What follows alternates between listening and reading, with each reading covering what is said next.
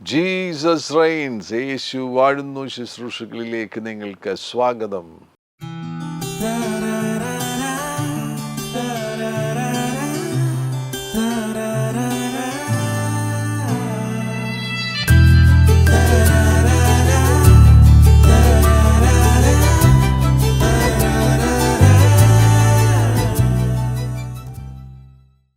രണ്ടായിരത്തി 2025 അത്ഭുതങ്ങൾ 2025 പ്രവേശിച്ചിരിക്കുന്നു.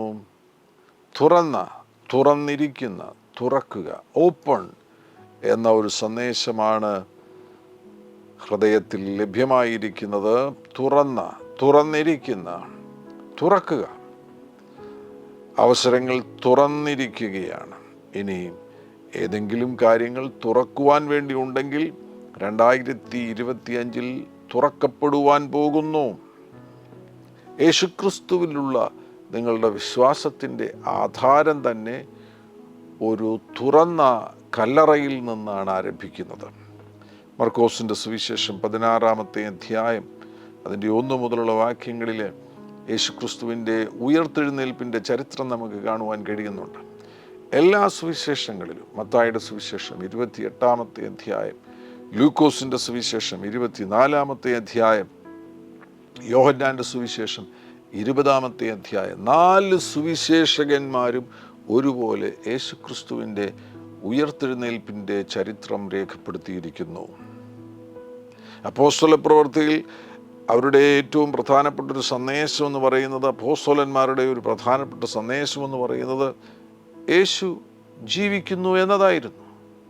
യേശു ഉയർത്തെഴുന്നേറ്റു, യേശു ജീവിക്കുന്നു. തുറന്ന കല്ലറ തുറന്നതുകൊണ്ട് യേശു ഉയർത്തെഴുന്നേറ്റു. കല്ലറയിൽ യേശുവിനെ ഒതുക്കുവാൻ വേണ്ടി അന്നത്തെ മതനേതാക്കന്മാരും ഭരണകൂടവും ശ്രമിച്ചപ്പോൾ 3-ാം ദിവസം കല്ലറയുടെ വാതിലിനെ തുറന്ന് യേശുക്രിസ്തു ഉയർത്തെഴുന്നേറ്റു.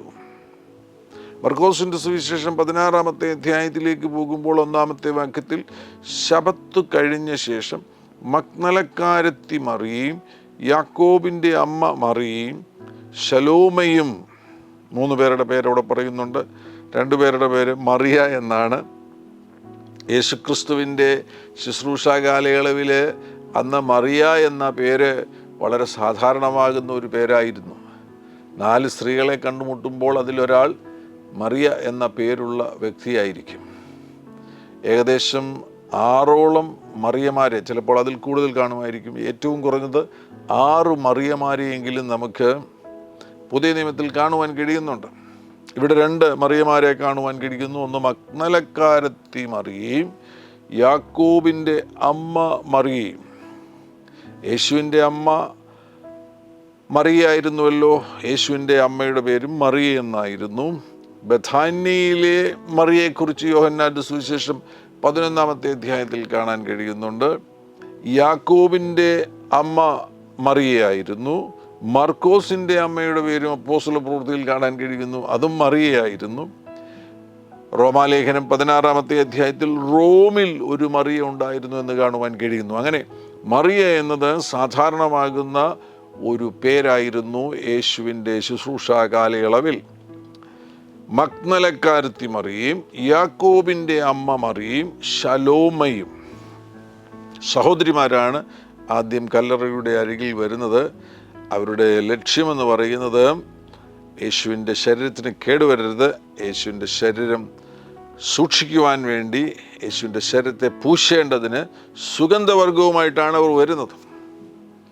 ശബത്ത് കഴിഞ്ഞുള്ള ദിവസം, ആഴ്ചവട്ടത്തിൻ്റെ 1-ാം നാളാണല്ലോ. ആ പ്രഭാതത്തിൽ അവർ കല്ലറയുടെ അരികിലേക്ക് ഓടി വരികയാണ്. കല്ലറയുടെ അരികിലേക്ക് അവർ ഓടി വരുന്ന സന്ദർഭത്തിൽ കല്ലറയുടെ വാതിൽക്കൽ നിന്ന് നമുക്ക് വേണ്ടി ആർ കല്ല് ഉരുട്ടിക്കളയുമെന്ന് തമ്മിൽ പറയുന്നുണ്ട്. അവരെ ഈ ശരീരം ആ കല്ലറയിൽ വയ്ക്കുന്നത് കണ്ടവരാണ്. ലൂക്കോസിൻ്റെ സുവിശേഷം 23-ാമത്തെ അധ്യായത്തിലേക്ക് പോകുമ്പോൾ യേശുവിൻ്റെ ശരീരം അവർ പാറയിൽ വെട്ടിയിരുന്നതും ആരെയും ഒരിക്കലും വെച്ചിട്ടില്ലാത്തതുമായ കല്ലറയിൽ വെച്ചു. 53-ാമത്തെ വാക്യം. അത് ഇറക്കി ഒരു ശീലയിൽ പൊതിഞ്ഞു. യേശുവിൻ്റെ ശരീരം ഒരു ശീലയിൽ പൊതിഞ്ഞു. പാറയിൽ വെട്ടിയിരുന്നതും ആരെയും ഒരിക്കലും വെച്ചിട്ടില്ലാത്തതുമായ കല്ലറയിൽ വച്ചു. ഇത് അരിമത്യക്കാരനാകുന്ന യോസഫ് ഉണ്ടാക്കിയ കല്ലറയെന്ന് നമുക്ക് മനസ്സിലാക്കുവാൻ കഴിയുന്നു. ആ കല്ലറ അന്നത്തെ കാലത്ത് ഒരു ഗുഹ പോലെയാണ്, പാറയിൽ വെട്ടിയിരുന്നത്. അപ്പോൾ പാറ തുരന്ന് അല്ലെങ്കിൽ പാറ വെട്ടി, അന്നത്തെ കാലത്ത് ഗുഹകളിലായിരുന്നു ശവസംസ്കാരങ്ങൾ. പാറയിൽ വെട്ടിയിരുന്ന കല്ലറകളിലായിരുന്നു ശവസംസ്കാരങ്ങൾ നടത്തിയിരുന്നത്. മൃതദേഹങ്ങൾ അങ്ങനെയുള്ളിടത്തായിരുന്നു അടക്കിയിരുന്നത്. ഇവിടെ പാറയിൽ വെട്ടിയിരുന്നതും ആരെയും ഒരിക്കലും വെച്ചിട്ടില്ലാത്തതുമായ കല്ലറയിൽ വെച്ചു. നിങ്ങൾ ആരെങ്കിലും ഇസ്രായേലിൽ പോയിട്ടുണ്ടെങ്കിൽ ലാസറിൻ്റെ കല്ലറ, ആ കല്ലറ യഥാർത്ഥത്തിൽ അങ്ങ് ആഴത്തിലേക്ക് പോകും.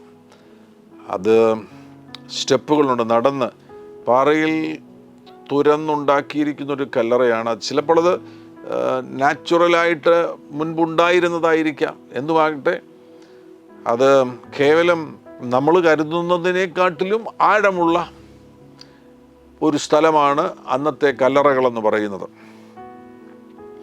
യേശുവിൻ്റെ കല്ലറ ഇന്ന് നമുക്ക് പോയാൽ കാണുവാൻ കഴിയുന്ന ആ കല്ലറ, അത് ഒരു സാധാരണ ഗുഹ പോലെയുള്ളൊരു സ്ഥലമാണ്. പാറയിൽ വെട്ടിയിരുന്നതും ആരെയും ഒരിക്കലും വെച്ചിട്ടില്ലാത്തതുമായ കല്ലറയിലാണ് വച്ചത്.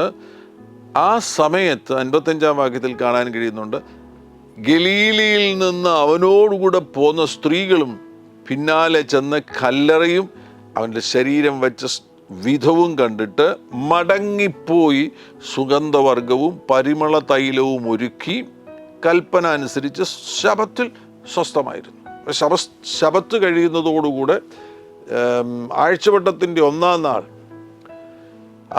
നാൾ പ്രഭാതത്തിൽ കൃത്യമായിട്ട് അവർക്കറിയാം, ഒരു സ്ഥലം കണ്ടതല്ലേ, കല്ലറ കണ്ടതല്ലേ, അവിടേക്ക് അവർ ഓടി വരികയാണ്. ഓടി വരുന്ന സന്ദർഭത്തിൽ അവർ തമ്മിൽ പറയുന്നുണ്ട്, ആര് നമുക്ക് വേണ്ടി കല്ലറയുടെ മുന്നിൽ നിന്ന് കല്ലുരുട്ടിക്കളയുമെന്ന് അവർ തമ്മിൽ പറയുന്നുണ്ട്.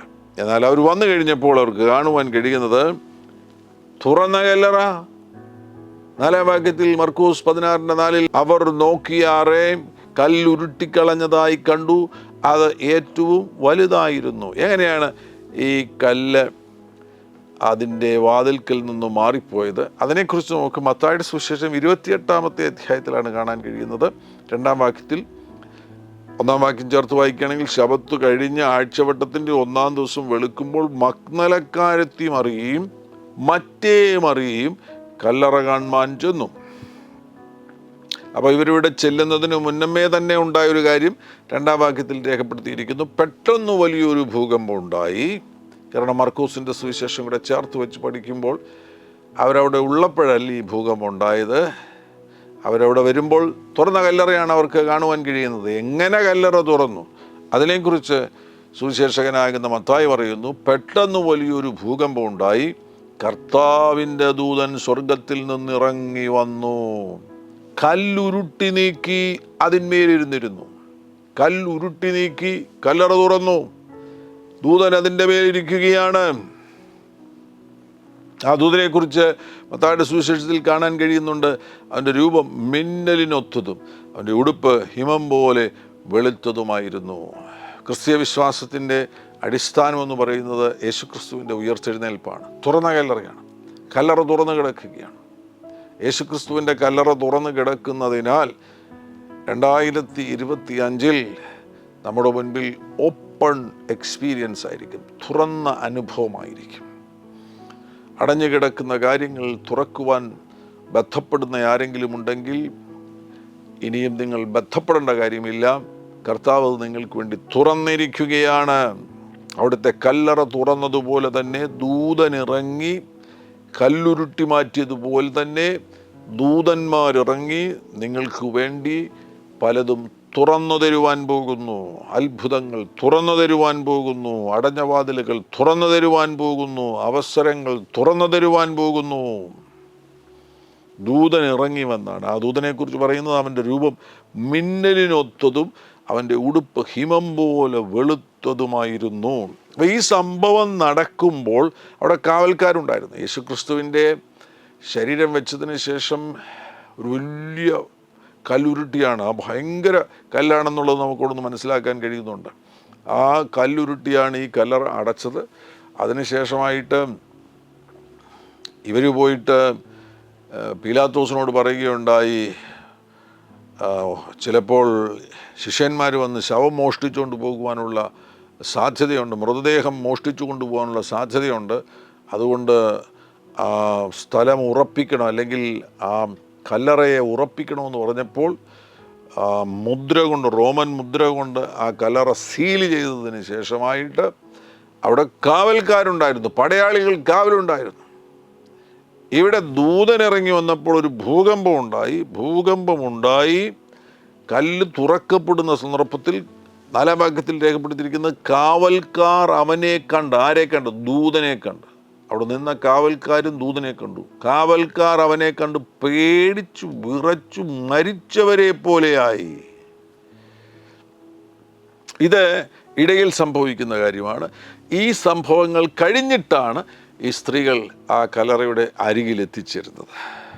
ആ സ്ത്രീകൾ കല്ലറയുടെ അരികിൽ എത്തിച്ചേരുന്ന സന്ദർഭത്തിൽ ദൂതൻ അവരോട് സംസാരിക്കുന്നുണ്ട്. മർക്കോസിൻ്റെ സുവിശേഷത്തിലേക്ക് മടങ്ങിപ്പോവുകയാണെങ്കിൽ, ഇത് ഓരോ സുവിശേഷത്തിലും ആ സുവിശേഷകന്മാർ ഈ കാര്യങ്ങൾ വിശദീകരിക്കുമ്പോൾ നമുക്ക് അല്പം അങ്ങോട്ടും ഇങ്ങോട്ടും വ്യത്യാസം പോലെ തോന്നും. വ്യത്യാസമൊന്നുമില്ല, അതെല്ലാം കൂടെ ചേർത്ത് വെച്ച് പഠിക്കുമ്പോൾ നമുക്ക് കൃത്യമായിട്ട് അതിൻ്റെ ആ ക്രമം ലഭിക്കും. എങ്ങനെയാണ് ആ ഉയർത്തെഴുന്നേൽപ്പിൻ്റെ സമയത്ത് കാര്യങ്ങൾ സംഭവിച്ചത് എന്ന് നമുക്ക് മനസ്സിലാക്കുവാൻ കഴിയും. മർക്കോസിൻ്റെ സുവിശേഷത്തിലേക്ക് മടങ്ങി വരികയാണ് എങ്കിൽ, ഈ സമയത്തേക്ക് ഇതെല്ലാം സംഭവിച്ചു. തുറക്കപ്പെട്ട കല്ലറ തുറന്നു കിടക്കുകയാണ്. തുറന്നു കിടക്കുന്ന കല്ലറ, ആ കല്ലറയുടെ അരികിലേക്കാണ് ഈ സ്ത്രീകൾ ഓടി വരുന്നത്. ആ സ്ത്രീകൾ ഓടി വരുന്ന സന്ദർഭത്തിൽ അവിടെ ദൂതനെ കാണുകയാണ്.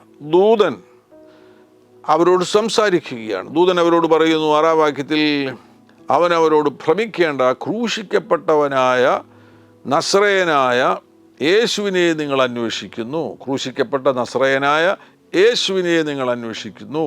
അവൻ ഉയർത്തെഴുന്നേറ്റു, അവൻ ഇവിടെയില്ല, അവനെ വെച്ച സ്ഥലമിതാ. അവൻ ഉയർത്തെഴുന്നേറ്റു, അവൻ ഇവിടെയില്ല, അവനെ വെച്ച സ്ഥലമിതാ. ഇത് ഓരോ സുവിശേഷങ്ങളിൽ നിന്നും ഈ സംഭവം, ഈ ചരിത്രം ഒന്ന് വായിക്കുന്നത് വളരെ നല്ലതാണ്. ഈ വർഷം ആരംഭിക്കുമ്പോൾ തന്നെ നമ്മുടെ വിശ്വാസത്തിൻ്റെ ആധാരം, ആ വിശ്വാസത്തിൻ്റെ അടിസ്ഥാനം ഒരിക്കൽ കൂടെ നമ്മുടെ ഹൃദയത്തിലൊന്ന് ഉറപ്പിച്ചതിന് ശേഷം, നമ്മൾ വിശ്വസിക്കുന്ന സത്യം, ആ സത്യത്തിൻ്റെ ആഴം ഒരിക്കൽ കൂടെ മനസ്സിലാക്കി മുന്നോട്ട് പോകുന്നത് വിജയകരമായി മുന്നേറുവാൻ വേണ്ടിയുള്ളൊരു നല്ല ആയുധമാണ്, വളരെ നല്ലൊരു ആയുധമാണ്. അതുകൊണ്ട് മത്തായിയുടെ സുവിശേഷം 28 ഭാഗങ്ങൾ ഞാൻ ഒരിക്കൽ കൂടെ വായിക്കുന്നു. ശബത്ത് കഴിഞ്ഞ് ആഴ്ചവട്ടത്തിൻ്റെ 1-ാം ദിവസം വെളുക്കുമ്പോൾ മഗ്ദലക്കാരത്തി മറിയയും മറ്റേ മറിയ, ഇവിടെ 2 മറിയമാരുടെ കാര്യമാണ് പറയുന്നത്. മർക്കോസിൻ്റെ സുവിശേഷത്തിൽ ഒരു വ്യക്തിയുടെ പേര് കൂടെ പറയുന്നുണ്ട്, ശലോമയും എന്ന് പറയുന്നത് നമുക്ക് കാണുവാൻ കഴിയുന്നുണ്ട്. ഇനി മറ്റൊരു സുവിശേഷത്തിൽ, ലൂക്കോസിൻ്റെ സുവിശേഷത്തിൽ അതിൻ്റെ 24-ാമത്തെ അധ്യായത്തിൽ അവിടെ നമുക്ക് കാണാൻ കഴിയുന്നുണ്ട്. അവിടെ വന്ന സ്ത്രീകളുടെ പേര് അവിടെ രേഖപ്പെടുത്തിയിട്ടുണ്ട്. മഗ്ദലക്കാരത്തി, 10-ാം വാക്യത്തിൽ, അവർ ആരെന്നാൽ മഗ്ദലക്കാരത്തി മറിയ, യോഹന്ന എന്ന ഒരു പേര് കൂടെ നമുക്കവിടെ കാണാൻ കഴിയുന്നുണ്ട്. യാക്കോബിൻ്റെ അമ്മ മറിയ. 2 മറിയമാരുടെയും പേര് ഈ 3 സുവിശേഷങ്ങളിലുമുണ്ട്. മർക്കോസിൻ്റെ സുവിശേഷത്തിൽ ശലോമെ എന്നുള്ളൊരു പേരും ലൂക്കോസിൻ്റെ സുവിശേഷത്തിൽ യോഹന്ന എന്നുള്ള ഒരു പേരും നമുക്ക് കാണുവാൻ കഴിയുന്നുണ്ട്. എന്തായാലും ഇത് 2-ൽ കൂടുതൽ ഉള്ള ഒരു സംഘമായിരുന്നു, സ്ത്രീകളുടെ ഒരു സംഘമായിരുന്നു. 4-ഓ 5-ഓ കാണുവാൻ സാധ്യതയുണ്ട്. ഏറ്റവും കുറഞ്ഞത് 3 പേരുടെ പേരുകൾ നമുക്കിവിടെ കാണുവാൻ കഴിയുന്നു. മത്തായിയുടെ സുവിശേഷത്തിലേക്ക് മടങ്ങിപ്പോകാം. അതിൻ്റെ 28-ാമത്തെ അധ്യായം 1 മുതലുള്ള വാക്യങ്ങൾ. ശബത്ത് കഴിഞ്ഞ് ആഴ്ചവട്ടത്തിൻ്റെ 1-ാം ദിവസം വെളുക്കുമ്പോൾ മഗ്ദലക്കാരത്തി മറിയയും മറ്റേ മറിയയും കല്ലറ കാണുവാൻ ചെന്നു. പെട്ടെന്ന് വലിയൊരു ഭൂകമ്പം ഉണ്ടായി. കർത്താവിൻ്റെ ദൂതൻ സ്വർഗത്തിൽ നിന്ന് ഇറങ്ങി വന്നു, കല്ലുരുട്ടി നീക്കി അതിന്മേൽ ഇരുന്നിരുന്നു. അവൻ്റെ രൂപം മിന്നലിനൊത്തതും അവൻ്റെ ഉടുപ്പ് ഹിമം പോലെ വെളുത്തതുമായിരുന്നു. കാവൽക്കാർ അവനെ കണ്ടു പേടിച്ചു വിറച്ച് മരിച്ചവരെ പോലെയായി. ദൂതൻ സ്ത്രീകളോട്, ഭയപ്പെടേണ്ട, ക്രൂശിക്കപ്പെട്ട യേശുവിനെ നിങ്ങൾ അന്വേഷിക്കുന്നു എന്ന് ഞാൻ അറിയുന്നു. അവൻ ഇവിടെയില്ല, താൻ പറഞ്ഞതുപോലെ ഉയർത്തെഴുന്നേറ്റു. അവൻ കിടന്ന സ്ഥലം വന്ന് കാൺമീൻ. അവൻ മരിച്ചവരുടെ ഇടയിൽ നിന്ന് ഉയർത്തെഴുന്നേറ്റു എന്ന് വേഗം ചെന്ന് അവൻ്റെ ശിഷ്യന്മാരോട് പറവീൻ. അവൻ നിങ്ങൾക്ക് മുമ്പേ ഗലീലയ്ക്ക് പോകുന്നു, അവിടെ നിങ്ങൾ അവനെ കാണും. ഞാൻ നിങ്ങളോട് പറഞ്ഞിരിക്കുന്നു എന്ന് പറഞ്ഞു. അങ്ങനെ അവർ വേഗത്തിൽ, ഇത് കേട്ടോ, വേഗത്തിൽ ഭയത്തോടും മഹാസന്തോഷത്തോടും കൂടെ കല്ലറ വിട്ട് അവൻ്റെ ശിഷ്യന്മാരോട് അറിയിപ്പാൻ ഓടിപ്പോയി. ഈ സഹോദരിമാർക്കുണ്ടാകുന്ന വികാരങ്ങൾ നിങ്ങൾ ശ്രദ്ധിക്കുക. അവർ വളരെ വേഗത്തിലാണ് മടങ്ങിപ്പോകുന്നത്. ഭയവും മഹാസന്തോഷവും ഒരുമിച്ചുണ്ടായി. ഭയത്തോടും മഹാസന്തോഷത്തോടും കൂടി കല്ലറ വിട്ട് അവൻ്റെ ശിഷ്യന്മാരോട് അറിയിപ്പാൻ ഓടിപ്പോയി. എന്നാൽ യേശു അവരെ എതിരേറ്റു, നിങ്ങൾക്ക് വന്ദനം എന്ന് പറഞ്ഞു. അവർ അടുത്തു ചെന്നു അവൻ്റെ കാൽ പിടിച്ച് അവനെ നമസ്കരിച്ചു. യേശു അവരോട്, ഭയപ്പെടേണ്ട, നിങ്ങൾ പോയി എൻ്റെ സഹോദരന്മാരോട് ഗലീലയ്ക്ക് പോകുവീൻ എന്ന് പറവീൻ, അവിടെ അവർ എന്നെ കാണും എന്ന് പറഞ്ഞു. യേശു ക്രിസ്തുവിൻ്റെ ഉയർത്തെഴുന്നേൽപ്പിൻ്റെ ചരിത്രം എത്ര മനോഹരമായിട്ടാണ് മത്തായിയുടെ സുവിശേഷത്തിൽ സുവിശേഷകൻ എഴുതിയിരിക്കുന്നത്. മർക്കോസിൻ്റെ സുവിശേഷം 16-ാമത്തെ അധ്യായവും ഞാൻ വായിക്കുന്നു, 1 മുതലുള്ള വാക്യങ്ങൾ. ശബത്ത് കഴിഞ്ഞ ശേഷം മഗ്ദലക്കാരത്തി മറിയയും യാക്കോബിൻ്റെ അമ്മ മറിയയും ശലോമയും ചെന്ന് അവനെ പൂശേണ്ടതിന് സുഗന്ധവർഗം വാങ്ങി. ആഴ്ചവട്ടത്തിൻ്റെ 1-ാം നാൾ അതികാലത്ത് സൂര്യൻ ഉദിച്ചപ്പോൾ അവർ കല്ലറയ്ക്കൽ ചെന്നു. കല്ലറയുടെ വാതിൽക്കൽ നിന്ന് നമുക്ക് വേണ്ടി കല്ല് ഉരുട്ടിക്കളയുമെന്ന് അവർ തമ്മിൽ പറഞ്ഞു. അവർ നോക്കിയാറെ കല്ല് ഉരുട്ടിക്കളഞ്ഞതായി കണ്ടു. അത് ഏറ്റവും വലുതായിരുന്നു. അവർ കല്ലറയ്ക്കകത്ത് കടന്നപ്പോൾ വെള്ള നിലയങ്കി ധരിച്ച, ഇവിടെ കല്ലറയ്ക്കകത്ത് കടന്നപ്പോൾ വെള്ള നിലയങ്കി ധരിച്ച ഒരു ബാല്യക്കാരൻ വലതുഭാഗത്തിരിക്കുന്നത് കണ്ടു ഭ്രമിച്ചു. അവൻ അവരോട്, ഭ്രമിക്കേണ്ട, ക്രൂശിക്കപ്പെട്ട നസ്രയനായ യേശുവിനെ നിങ്ങൾ അന്വേഷിക്കുന്നു. അവൻ ഉയർത്തെഴുന്നേറ്റു, അവൻ ഇവിടെയില്ല, അവനെ വെച്ച സ്ഥലം ഇതാ. നിങ്ങൾ പോയി തൻ്റെ ശിഷ്യന്മാരോടും പത്രോസിനോടും അവൻ നിങ്ങൾക്ക് മുമ്പേ ഗലീലയ്ക്ക് പോകുന്നു എന്ന് പറവീൻ. അവൻ നിങ്ങളോട് പറഞ്ഞതുപോലെ അവിടെ അവനെ കാണുമെന്ന് പറവീൻ. അവർക്ക് വിറയിലും ഭ്രമവും പിടിച്ച് അവർ കല്ലറ വിട്ടോടിപ്പോയി. അവർ ഭയപ്പെടുകയാൽ ആരോടും ഒന്നും പറഞ്ഞില്ല. മുന്നോട്ട് പോകാം. ലൂക്കോസിന്റെ സുവിശേഷം 24-ാമത്തെ അധ്യായത്തിൽ യേശുക്രിസ്തുവിൻ്റെ ഉയർത്തെഴുന്നേൽപ്പിൻ്റെ ചരിത്രം വായിക്കാം. 1 മുതലുള്ള വാക്യങ്ങളിൽ. അവർ ഒരുക്കിയ സുഗന്ധവർഗം എടുത്ത് ആഴ്ചവട്ടത്തിൻ്റെ 1-ാം ദിവസം അതികാലത്ത് കല്ലറയ്ക്കൽ എത്തി. കല്ലറയിൽ നിന്ന് കല്ല് ഉരുട്ടിക്കളഞ്ഞതായി കണ്ടു. അകത്ത് കടന്നാറെ കർത്താവായ യേശുവിൻ്റെ ശരീരം കണ്ടില്ല. അതിനെക്കുറിച്ച് അവർ ചഞ്ചലിച്ചിരിക്കുമ്പോൾ മിന്നുന്ന വസ്ത്രം ധരിച്ച 2 പുരുഷന്മാർ, ലൂക്കോസ് പറയുന്നത് 2 പുരുഷന്മാർ. ലൂക്കോസ് നല്ല പഠനം നടത്തിയിട്ടാണ് ലൂക്കോസ് തൻ്റെ സുവിശേഷം എഴുതിയതെന്ന് വ്യക്തമാണ്. നമുക്കിങ്ങനെ വിശ്വസിക്കാൻ കഴിയും. ലൂക്കോസ് പലരെയും നേരിൽ കണ്ട് ചരിത്രരേഖകൾ മനസ്സിലാക്കി, അങ്ങനെയാണ് ലൂക്കോസ് ഈ ചരിത്രം എഴുതുന്നത്. യേശുവിൻ്റെ അമ്മയെ വരെ കണ്ടിട്ടുണ്ട് എന്ന് വ്യക്തമാകുന്നു. മാത്രവുമല്ല, കാരണം അതിൻ്റെ 1-ാമത്തെ അധ്യായത്തിൽ ലൂക്കോസ് ഈ ചരിത്രത്തെക്കുറിച്ച്, ഇതിനെക്കുറിച്ച് എഴുതുന്ന ആ സന്ദർഭത്തെക്കുറിച്ച് പറയുന്നുണ്ട്.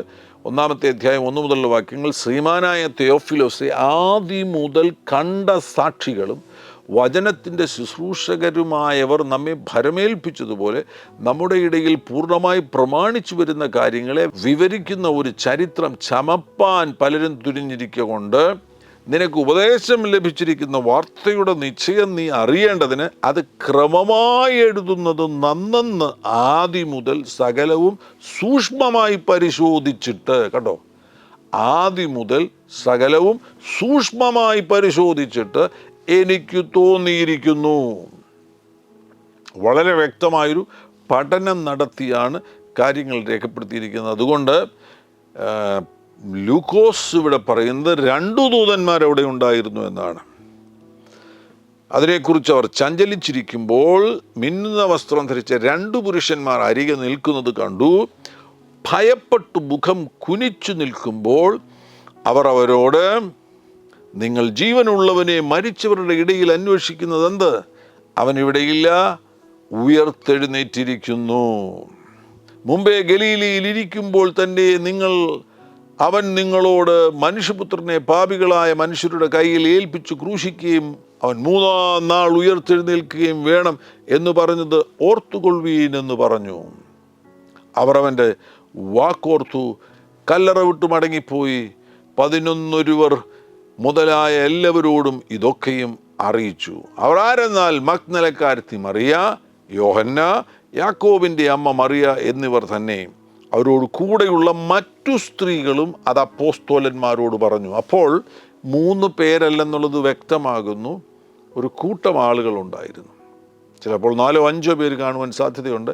അവരോട് കൂടെയുള്ള മറ്റു സ്ത്രീകളും അത് അപ്പോസ്തലന്മാരോട് പറഞ്ഞു. അതുകൊണ്ടാണ് ഇവിടെ യോഹന്നയെക്കുറിച്ച് പറഞ്ഞിരിക്കുന്നത്. മറ്റേ സുവിശേഷകൻ മർക്കോസിൻ്റെ സുവിശേഷത്തിൽ ശലോമയെക്കുറിച്ച് പറഞ്ഞിരിക്കുന്നത്. എന്നാൽ 3 സുവിശേഷത്തിലും നമുക്ക് 2 മറിയമാരുടെ പേര് കാണുവാൻ കഴിയുന്നുണ്ട്. 3 പേരിൽ കൂടുതലുണ്ടായിരുന്നു. അവരോട് കൂടെയുള്ള മറ്റു സ്ത്രീകളും അത് അപ്പോസ്തലന്മാരോട് പറഞ്ഞു. ഈ വാക്ക് അവർക്ക് വെറും കഥ പോലെ, ഇത് കേട്ട അപ്പോസ്തലന്മാർക്കും കൂടെ ഇരിക്കുന്നവർക്കും ഇത് വെറും കഥ പോലെ തോന്നുകയാണ്. അവർ വിശ്വസിച്ചില്ല. യേശുക്രിസ്തു ഉയർത്തെഴുന്നേറ്റു എന്നത് അവർക്ക് വെറും കഥ പോലെ തോന്നുകയാണ്. മാനുഷിക തലത്തിലല്ലേ അവരായിരിക്കുന്നത്. അപ്പോൾ പോലും അവർക്ക് വചനം വെളിപ്പെട്ട് കിട്ടിയിട്ടില്ല. വചനം അവർക്ക് വെളിപ്പെട്ട് കിട്ടുവാൻ തക്കവണ്ണം പിന്നീടാണ് കർത്താവ് അവരുടെ ബുദ്ധിയെ തുറക്കുന്നത്. യോഹന്നാൻ്റെ സുവിശേഷത്തിൽ പോകുമ്പോൾ, യോഹന്നാൻ്റെ സുവിശേഷം 20-ാമത്തെ അധ്യായത്തിലും നമുക്ക് യേശുക്രിസ്തുവിൻ്റെ ഉയർത്തെഴുന്നേൽപ്പിൻ്റെ ചരിത്രം കാണുവാൻ കഴിയുന്നു. ആഴ്ചവട്ടത്തിൽ 1-ാം നാൾ മഗ്ദലക്കാരത്തി മറിയ രാവിലെ ഇരുട്ടുള്ളപ്പോൾ തന്നെ കല്ലറയ്ക്കൽ ചെന്ന് കല്ലറവായ്ക്കൽ നിന്ന് കല്ലു നീങ്ങിയിരിക്കുന്നത് കണ്ടോ. ഇവിടെ കുറെ കൂടെ യോഹന്നാൻ വിശദീകരിക്കുന്നുണ്ട്. യോഹന്നാന് ഇത് കുറെ കൂടെ അടുത്തറിയാവുന്ന ഒരാളല്ലേ. അപ്പോൾ ഇവിടെ സംഭവിച്ച കാര്യങ്ങൾ വിശദീകരിക്കുമ്പോൾ ഇവരെല്ലാവരും കൂടെ പോയി, ഈ സ്ത്രീകളെല്ലാവരും കൂടെ പോയി മഗ്ദലക്കാരത്തി മറിയ കല്ലറ തുറന്നിരിക്കുന്നത് കണ്ടു കഴിഞ്ഞപ്പോൾ ഉടൻ തന്നെ അവൾ തിരികെ ഓടുന്നുണ്ട്. അവൾ ആദ്യം ചെയ്തൊരു കാര്യം അതാണ്. പിന്നീട് അവൾ വീണ്ടും മടങ്ങി വരുന്നുണ്ട്. അവൾ ഓടി ശിമോൻ പത്രോസിൻ്റെയും യേശുവിന് പ്രിയനായ മറ്റേ ശിഷ്യൻ്റെയും അടുക്കൽ ചെന്നു. ഈ കല്ലറ ആയിരിക്കുന്ന സ്ഥലവും അവരന്ന് മാളിക മുറിയിലായിരിക്കുവാനാണ് സാധ്യത. മാളിക മുറി ആ ഭാഗങ്ങളിൽ എവിടെയെങ്കിലും ആയിരിക്കും അവരായിരിക്കുന്നത്. എന്തായാലും ഈ കല്ലറ ആയിരിക്കുന്ന സ്ഥലവും അവർ പാർക്കുന്ന സ്ഥലവും തമ്മിൽ വലിയ ദൂരമില്ല. അതുകൊണ്ടാണ് അവൾ ഓടി ശിമോൻ പത്രോസിൻ്റെയും യേശുവിന് പ്രിയനായ മറ്റേ ശിഷ്യൻ്റെയും അടുക്കൽ ചെന്നു. ഇവർ രാവിലെ വരുന്ന സമയത്ത് ഇരുട്ടുണ്ട്. പ്രഭാതം ഇങ്ങനെ പുലരുന്നതേ ഉള്ളൂ. ചിലപ്പോൾ ഒരു 5:30 മണി ഒക്കെ കഴിഞ്ഞപ്പോഴായിരിക്കും ഇവർ കല്ലറയുടെ അരികിലേക്ക് വരുന്നത്.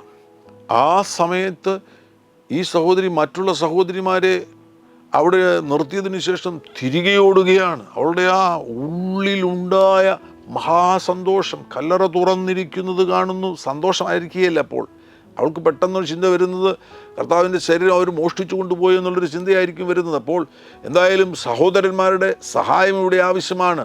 പത്രോസും യോഹന്നാനും ഒക്കെ വന്ന് സഹായിക്കേണ്ടത് ആവശ്യമാണ്. പുരുഷന്മാരും വന്ന് സഹായിക്കേണ്ടത് ആവശ്യമാണ്. അതുകൊണ്ടാണ് അവൾ ഓടിപ്പോകുന്നത്. അവൾ ഓടി ശിമോൻ പത്രോസിൻ്റെയും യേശുവിന് പ്രിയനായ മറ്റേ ശിഷ്യൻ്റെയും അടുക്കൽ ചെന്ന് കർത്താവിനെ കല്ലറയിൽ നിന്ന് എടുത്തുകൊണ്ടുപോയി. കണ്ടോ, അവനെ എവിടെ വെച്ചു എന്ന് ഞങ്ങൾ അറിയുന്നില്ല എന്ന് അവരോട് പറഞ്ഞു. ഇത് കേട്ട് കഴിഞ്ഞപ്പോൾ ഈ മൊത്തം സംഭവങ്ങൾ ഇപ്പോൾ നമുക്ക് ഏതാണ്ട് ചേർത്ത് വെച്ച് പഠിക്കുമ്പോൾ മനസ്സിലാകുകയാണ്.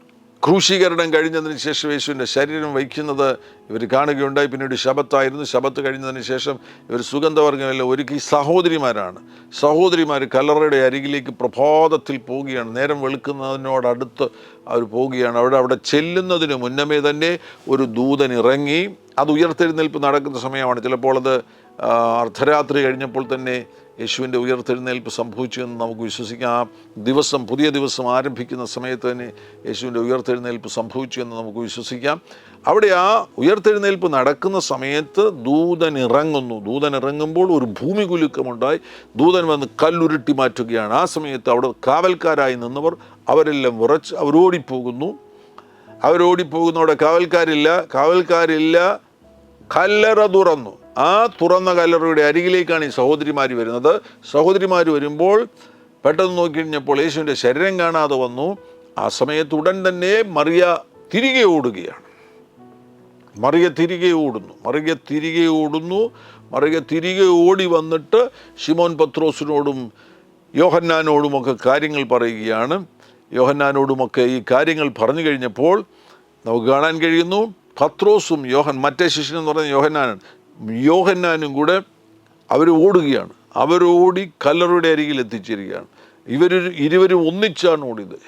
ഒന്നിച്ചോടിയെങ്കിലും യോഹന്നാൻ പത്രോസിനേക്കാൾ വേഗത്തിൽ ഓടി ആദ്യം കല്ലറയ്ക്കൽ എത്തി. കുനിഞ്ഞു നോക്കി, ശീലകൾ കിടക്കുന്നത് കണ്ടു, അകത്ത് കടന്നില്ല താനും. അപ്പം യോഹന്നാൻ കുനിഞ്ഞു നോക്കി, തുണി അവിടെ കിടക്കുന്നത്, യേശു ധരിച്ച വസ്ത്രം അവിടെ കിടക്കുന്നത് കണ്ടു, അകത്ത് കടന്നില്ല. എന്നാൽ പുറകെ ശിമോൻ പത്രോസ് വന്നു കല്ലറയിൽ കടന്നു, അകത്ത് കടന്നു ശീലകൾ കിടക്കുന്നതും അവൻ്റെ തലയിൽ ചുറ്റിയിരുന്ന റുമാൽ ശീലകളോടുകൂടെ കിടക്കാതെ വേറിട്ട് ഒരിടത്ത് ചുരുട്ടി വെച്ചിരിക്കുന്നതും കണ്ടു. യേശു ഉയർത്തെഴുന്നേറ്റത്തിന് ശേഷം ഈ ചുറ്റിയിരുന്ന ഒക്കെ ഒരുപാട് റുമാലുകളുണ്ടായിരുന്നു. അതെല്ലാം കൃത്യമായിട്ട് അഴിച്ചിട്ട് കൃത്യമായിട്ട് മടക്കി ഒരു സ്ഥലത്ത് വയ്ക്കുകയാണ്. ഇത് സംഭവിച്ചു കഴിഞ്ഞപ്പോൾ യോഹന്നാനും അകത്ത് കയറി. ആദ്യം കല്ലറയ്ക്കൽ എത്തിയ മറ്റേ ശിഷ്യനും അപ്പോൾ അകത്ത് ചെന്ന് കണ്ട് വിശ്വസിച്ചു. അവൻ മരിച്ചവരിൽ നിന്ന് ഉയർത്തെഴുന്നേൽക്കേണ്ടതാകുന്നു എന്നുള്ള തിരുവെഴുത്ത് അവർ അതുവരെ അറിഞ്ഞില്ല എന്നാണ് അവിടെ രേഖപ്പെടുത്തിയിരിക്കുന്നത്. അങ്ങനെ ശിഷ്യന്മാർ വീട്ടിലേക്ക് മടങ്ങിപ്പോയി. ഹല്ലേലൂയ! ഇതൊരു തുറന്ന വർഷമാണ്. നിങ്ങൾ വിശ്വസിക്കുകയാണ് എങ്കിൽ നിങ്ങളുടെ മുൻപിൽ തുറന്ന വർഷത്തെ കർത്താവ് നൽകിയിരിക്കുന്നു. അനേകം കാര്യങ്ങൾ വളരെ വേഗത്തിൽ സംഭവിക്കാൻ പോകുകയാണ്. നമ്മുടെ വിശ്വാസത്തിൻ്റെ ആധാരമെന്ന് പറയുന്നത് തന്നെ ഒരു തുറന്ന കല്ലറയിൽ നിന്നാണ് ആരംഭിക്കുന്നത്. യേശുക്രിസ്തുവിൻ്റെ ഉയർത്തെഴുന്നേൽപ്പാണ് നമ്മുടെ വിശ്വാസത്തിൻ്റെ ആധാരമെന്ന് പറയുന്നത്. അവിടുന്ന് നമുക്ക് വേണ്ടി പരമയാഗമായി തീർന്നു. മൂന്നാം ദിവസം യേശുക്രിസ്തു ഉയർത്തെഴുന്നേറ്റു. ഈ ശബ്ദം കേൾക്കുന്ന ആരെങ്കിലും ഇതുവരെയും യേശുക്രിസ്തുവിനെ രക്ഷകനും കർത്താവുമായി സ്വീകരിച്ചിട്ടില്ല എങ്കിൽ ഇപ്പോൾ തന്നെ നിങ്ങളുടെ ഹൃദയം തുറക്കുക, യേശുവിനെ രക്ഷകനും കർത്താവുമായി സ്വീകരിക്കുക. യേശു ഉയർത്തെഴുന്നേറ്റിരിക്കുന്നു. അവിടുത്തെ കല്ലറ തുറന്നു കിടക്കുകയാണ്. അതിനാൽ നിങ്ങൾക്കും അതേ അനുഭവം, തുറക്കുക, ആ അനുഭവം നിങ്ങൾക്കും അവകാശമാക്കുവാൻ കഴിയും. പരിശുദ്ധ പിതാവേ, ഈ നല്ല നിമിഷങ്ങളിൽ അങ്ങയുടെ ജനത്തെ അങ്ങ് ദിവ്യമാകുന്ന അനുഗ്രഹങ്ങളാൽ നിറയ്ക്കണമേ, സ്പർശിക്കണമേ. ബ്ലസ് ചെയ്ത് പ്രാർത്ഥിക്കുന്നു. രോഗികൾ ഇപ്പോൾ യേശുക്രിസ്തുവിൻ നാമത്തിൽ സൗഖ്യമാകട്ടെ. രോഗബാധകൾ വിട്ടുപോകട്ടെ. വേദനകൾ മാറിപ്പോകട്ടെ. ശരീരത്തിലെ വേദനകൾ അപ്രത്യക്ഷമാകട്ടെ. സ്കിൻ ഡിസീസസ് യേശുവിൻ നാമത്തിൽ സൗഖ്യമാകട്ടെ. Oh thank you Lord Jesus. Hallelujah. മഹാത്ഭുതങ്ങൾ അങ്ങ് ചെയ്യുന്നതിനായി സ്തോത്രം. രോഗികളെ അങ്ങ് സൗഖ്യമാക്കിയിരിക്കുന്നതിനായി സ്തോത്രം. ഈ സമയത്ത് തന്നെ കർത്താവേ, ആമേൻ, തുറന്ന വാതിലുകൾ, ആമേൻ, ജോലിയില്ലാത്തവർക്ക് ജോലി ലഭിക്കട്ടെ. സാമ്പത്തിക മേഖലയിൽ ബുദ്ധിമുട്ട് അനുഭവിക്കുന്നവർക്ക് വഴികൾ തുറക്കപ്പെടട്ടെ. മഹാത്ഭുതങ്ങൾ അങ്ങ് ചെയ്യുന്നതിനായി സ്തോത്രം. അങ്ങയുടെ ജനത്തെ ബ്ലസ് ചെയ്ത് പ്രാർത്ഥിക്കുന്നു യേശുക്രിസ്തുവിൻ നാമത്തിൽ തന്നെ. ആമേൻ. ഹല്ലേലൂയ. വളരെ അനുഗ്രഹിക്കപ്പെട്ട ഈ നിമിഷങ്ങളിൽ ഈ എപ്പിസോഡ് കാണുവാൻ നിങ്ങൾ കാണിച്ച താല്പര്യത്തെ പ്രത്യേകമായി അഭിനന്ദിക്കുന്നു. ഇത് മറ്റുള്ളവരുമായിട്ട് തീർച്ചയായിട്ടും പങ്കുവയ്ക്കണം. കർത്താവാകുന്ന യേശു നിങ്ങളുടെ കൂടെയിരിക്കും. God bless you. ആമേൻ.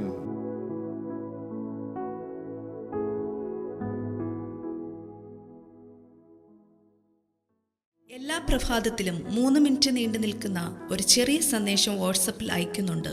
നിങ്ങൾക്കത് ലഭിക്കണമെന്ന ആഗ്രഹമുണ്ടെങ്കിൽ സ്ക്രീനിൽ കാണുന്ന നമ്പറിൽ ഒരു മെസ്സേജ് അയയ്ക്കുക. ഞങ്ങളുടെ ഓൺലൈൻ റേഡിയോ ആയ ജീസസ് റെയിൻസ് റേഡിയോയുടെ ആപ്പ് ഇതുവരെയും ഡൗൺലോഡ് ചെയ്തിട്ടില്ല എങ്കിൽ പ്ലേ സ്റ്റോറിലും ആപ്പ് സ്റ്റോറിലും ലഭ്യമാണ്. ജീസസ് റെയിൻസ് റേഡിയോ എന്ന് ടൈപ്പ് ചെയ്ത ശേഷം സെർച്ച് ചെയ്യുക. ആപ്പ് നിങ്ങൾ ഇപ്പോൾ തന്നെ ഡൗൺലോഡ് ചെയ്താലും. എല്ലാ പ്രഭാതത്തിലും 4 മണിക്ക് ടങ്സ് പ്രെയർ ഉണ്ടായിരിക്കുന്നതാണ്. നിങ്ങളുടെ ആത്മീയ വർധനവിനായി ദയവായി സൂമിൽ ജോയിൻ ചെയ്താലും. മീറ്റിംഗ് ID സ്ക്രീനിൽ നിങ്ങൾക്ക് ലഭ്യമാണ്. അതോടൊപ്പം തന്നെ എല്ലാ ബുധനാഴ്ചയും രാത്രി 10 മുതൽ 1 മണി വരെ നൈറ്റ് പ്രെയർ ഉണ്ടായിരിക്കുന്നതാണ്. നമുക്ക് ഒരുമിച്ച് രാജ്യങ്ങൾക്ക് വേണ്ടി പ്രാർത്ഥിക്കാം. ദയവായി സൂമിൽ ജോയിൻ ചെയ്താലും. ഈ യൂട്യൂബ് ചാനൽ നിങ്ങൾ ഇതുവരെയും സബ്സ്ക്രൈബ് ചെയ്തിട്ടില്ല എങ്കിൽ ഇപ്പോൾ തന്നെ സബ്സ്ക്രൈബ് ചെയ്യുക. ശേഷം ബെൽ ബട്ടൺ അമർത്താൻ മറക്കല്ലേ. ഈ സന്ദേശം മറ്റുള്ളവരിലേക്ക് അനുഗ്രഹമാകാൻ ഷെയർ ചെയ്താലും. കർത്താവ് നിങ്ങളെ ധാരാളമായി അനുഗ്രഹിക്കട്ടെ.